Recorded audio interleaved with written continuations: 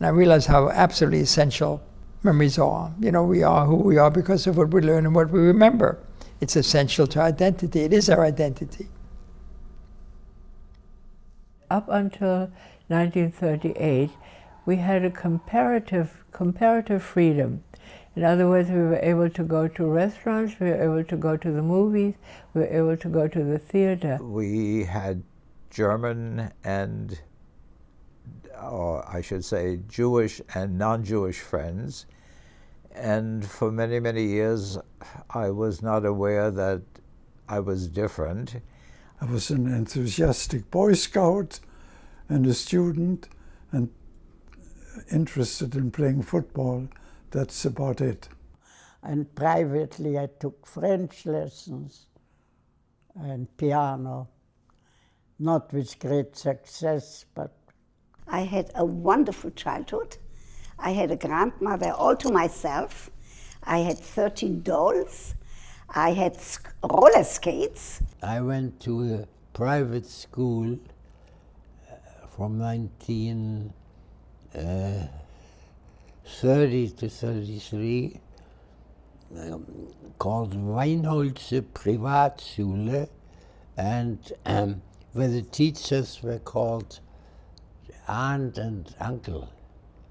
And it was a mixed school, boys and girls, and non-Jews and Jews. I was proud to be a Jew, and when we had to wear the Jewish star, I never would hide it. I was proud. I said, everybody knows I'm Jewish. Then there came a day, I don't remember any discussion beforehand, when I was told that I could no longer go to that school. Teachers on in the corridors, for instance, we had to greet them by raising our hands and saying Heil Hitler. I had a German girlfriend whom I adored. She was everything I was not. She was slim, she had long hair, she wore glasses, and one day my mother picked us up someplace and she raised her elegant thin arm and said, Heil Hitler, Frau Salinger. There was a billboard sort of in the center of town. Ironically, it was placed right across the street from the synagogue in town. And on it, every week were placed pages from a Nazi newspaper called Der Stürmer. And of course, the pages that were shown always showed caricatures of, in addition to articles, caricatures of Jews, which were, for want of a better word at this time, comic because it was so exaggerated. Everything they took away from us. So my father would say, let them have everything. The life they would give us, life they wouldn't take from us. We didn't really think that would happen in Austria. Hitler invaded on the 12th of March, 1938. And the next thing I remember very vividly is the stormtroopers marching down the narrow street that was at the side of our apartment building. That Nazi march, you know, the sound of the boots on the ground can put the fear. And we heard on the radio, which we listened to with earphones, how in 200,000 people in Heldenplatz welcomed Hitler with the most amazing enthusiasm you could imagine. And after the Anschluss, everybody was soon aware of a wave of arrests that took place of anyone who would conceivably oppose the Nazis. And all of a sudden, they fired all the Jewish assistant, associate, and full professors. There's a chance for you to move up. So this was fantastic for the non-Jewish academics, and they took full advantage of it. The difference of feeling now to my last period in Vienna when you couldn't walk on the street without dread of something. You know, this total insecurity of the surrounding population that proved themselves untrustworthy. She said, let me write to the cousins. So he said, all right. She wrote to the cousins, and by return mail we had the affidavit for 4 people, and that's what saved us our lives. I mean, America did not exactly make it easy. That's a myth, the open arms of the Statue of Liberty. I think that's unfortunately not true. Wasn't true then, and is not true now. I recall that when we wanted to leave, people said to my mother, Mrs. Mosheim, this is not really goodbye. It's just temporary. We know you're going to be back within 6 months or so when all this blows over. And then, of course, came Kristallnacht, and that changed everything.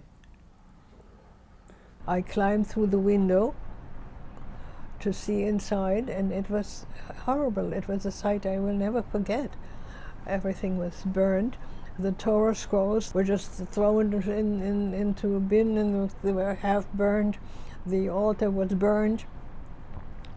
And I stood there, and I took off a little piece of the Torah, which was against the rules, and a little piece of the altar, and I pasted it into my siddur. And I hadn't realized how many stores had been Jewish stores. But they knew which ones were, and they just ransacked them. And that had happened during the night when we were sleeping. That morning, after the night of broken glass, the Nazis came to the apartment. There was no hitting. I do remember their big black boots. They told my father to get dressed and to go with him. And I do remember my grandmother. In those days, they had long skirts.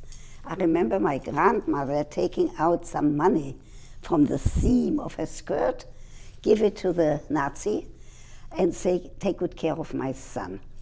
My father then went outside and mounted a truck in front of the house. I couldn't see what was in the truck, but I could see him turning around, giving me a smile and a wave, and that was the last time I ever saw my father. I was selected to the last Kindertransport to Sweden in August of 1939. The Swedes saved my life by taking me in, right? Because if I hadn't gone to Sweden, ultimately I would have ended in a gas chamber. Somebody had the bright idea of having all the kids in the train sing a certain Austrian folk song, Muss sie denn zum Städtle hinaus, which means, must I leave my little town? And I see the comfortable demeanor of the people who are sitting there. You know, they're enjoying life, they feel connected, they feel this is where they come from, this is what they are, this is where they want to be. And this kind of feeling has been taken away from me. I think people never learn. It's still going on in the world, but shouldn't be. Truth is that the greedy, power-crazy people have to be watched early on. The fact is that under the right circumstances, you can make people believe in anything, because there's a tribal instinct in us. We want to belong. We want to belong to a group. We want to be suspicious of people who are different, who come from a different place. And that can be exploited by political parties, by demagogues of any kind. The only protection is to have a very strong democratic tradition.